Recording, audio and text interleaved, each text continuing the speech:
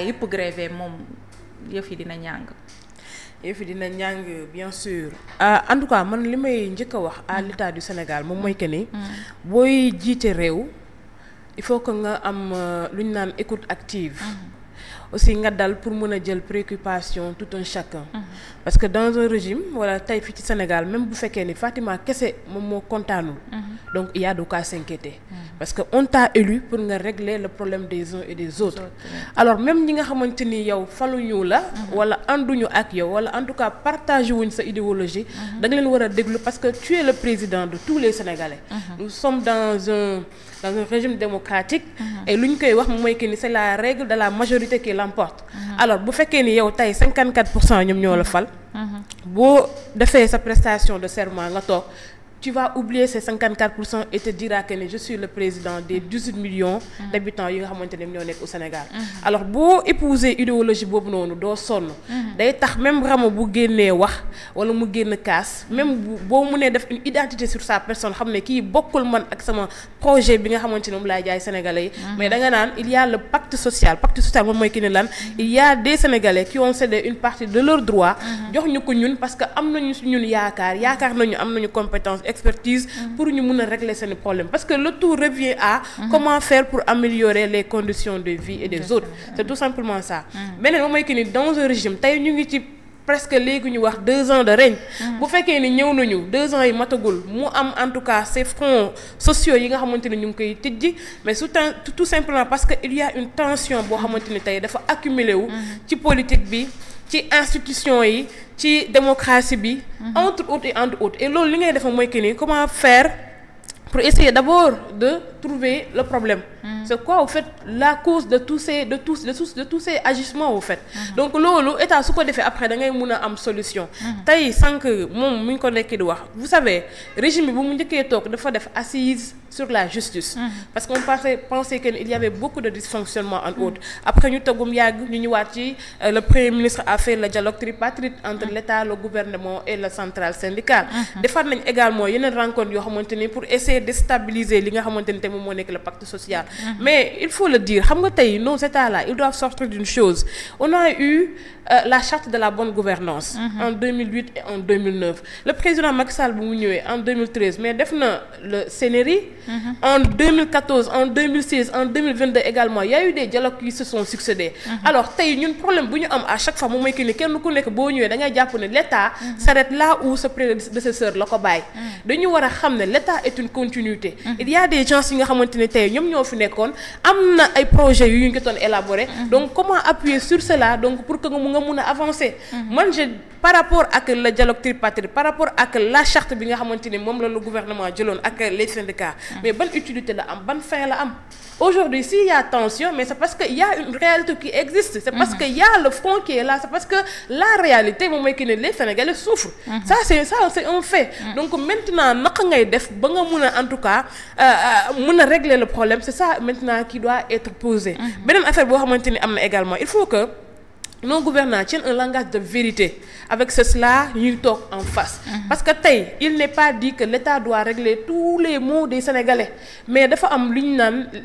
des notions d'ordre de priorité dans un état alors bu fekkee yow da nga ñëw 5 ans nga am pour mandat yaa ngi nekk ci 2 ans léegi tey ñu ne yow déjà parce que yeneen 2 ans yi après ay année électorale yi doon entre autres mais il faut se focaliser sur la priorité et la priorité c'est quoi c'est le pacte social mooy Sénégalais yi naka la ñuy def moom mooy que ni tey ba ñu régler les missions régaliennes de l'état moom mooy que ni nit ñi tey dañu xiif parce que le pouvoir d'achat est en baisse il faut oser le dire Sénégalais yi amatuñu pouvoir d'achat buy nekk seen poche pour que ñu mën a dem en tout cas satisfaire leurs besoins primaires nit ñi ñu ngi wax ci wàllum faju chaque jour nga gis ay nit yu toog dinaa la aujourd'hui la santé a un réel problème et même eux dans le gouvernement ils le reconnaissent moo tax tey ñuy toog di wax que ni naka la ñuy def ba trouver ay solutions tey bu ñu xool ci wàllum sécurité on a un problème parce que lii nii déjà sànq nekk di wax ci dans le journal mais c'est un problème parce que dans un pays on ne peut pas du tout comprendre que ni pour 25 000 francs nit ki ñu lay jëm wala ñu lay rey parce que la sécurité c'est pas seulement que ni am nañu armée bu taxaw mais comment faire pour régir ça au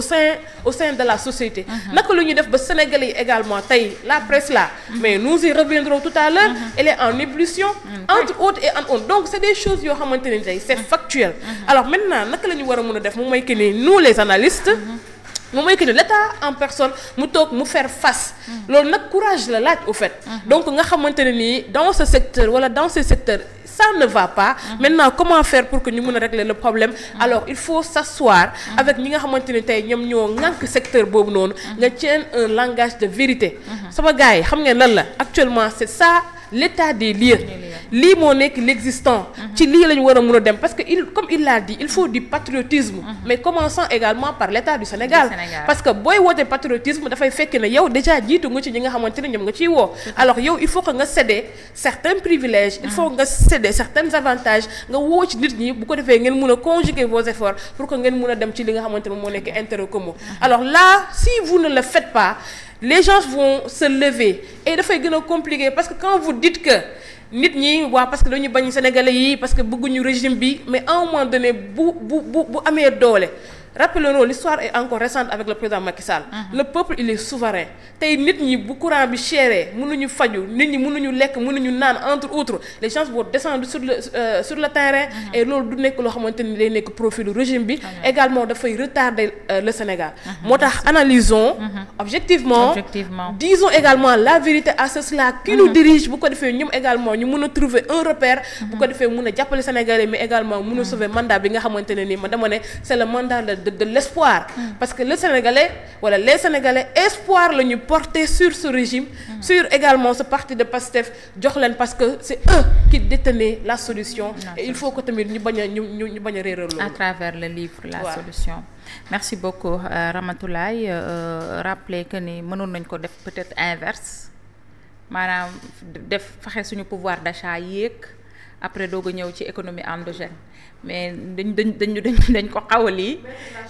avant les bœufs yoruñu wéruñu suñuy nelaw doyul ñu bëgg ñoo cotiser loo parce que loolu mooy le besoin loolu mooy problème naan fajuwul au fait dëkk du mën a voilà du mën a lii Baba Ndiaye borom Dakar borom Sénégal comment vas-tu? ça va Fatima. yaa ngi cool. maa ngi sant bu baax yow noo def. maa ngi sant bu wér. ça va très bien comme d'habitude. merci beaucoup. ñu ngi nuyu ñu bokkal plateau bi bu baax. di dalalaat suñu intervenant bu bees bi waaw. bu pertinente bi lool.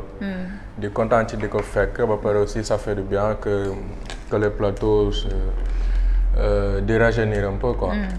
voilà di nuyu Sidi mi ci technique bi. di nuyu ñu ñuy seetaan ñëpp. di am benn plaidoyer un peu à l'attention aussi des forces des policiers de la circulation. Parce qu'il fut un temps boo xam ne dégg nañ fi coowul Jakartaman dañu war a légaliser avec des papiers et cetera. coow loolu jàll na suivi bi xawma comment ça se porte. mais aujourd'hui la situation mooy du booy yëpp ñoo am kayit yi ñuy laaj yëpp c'est-à-dire carte grise am permis ak assurance.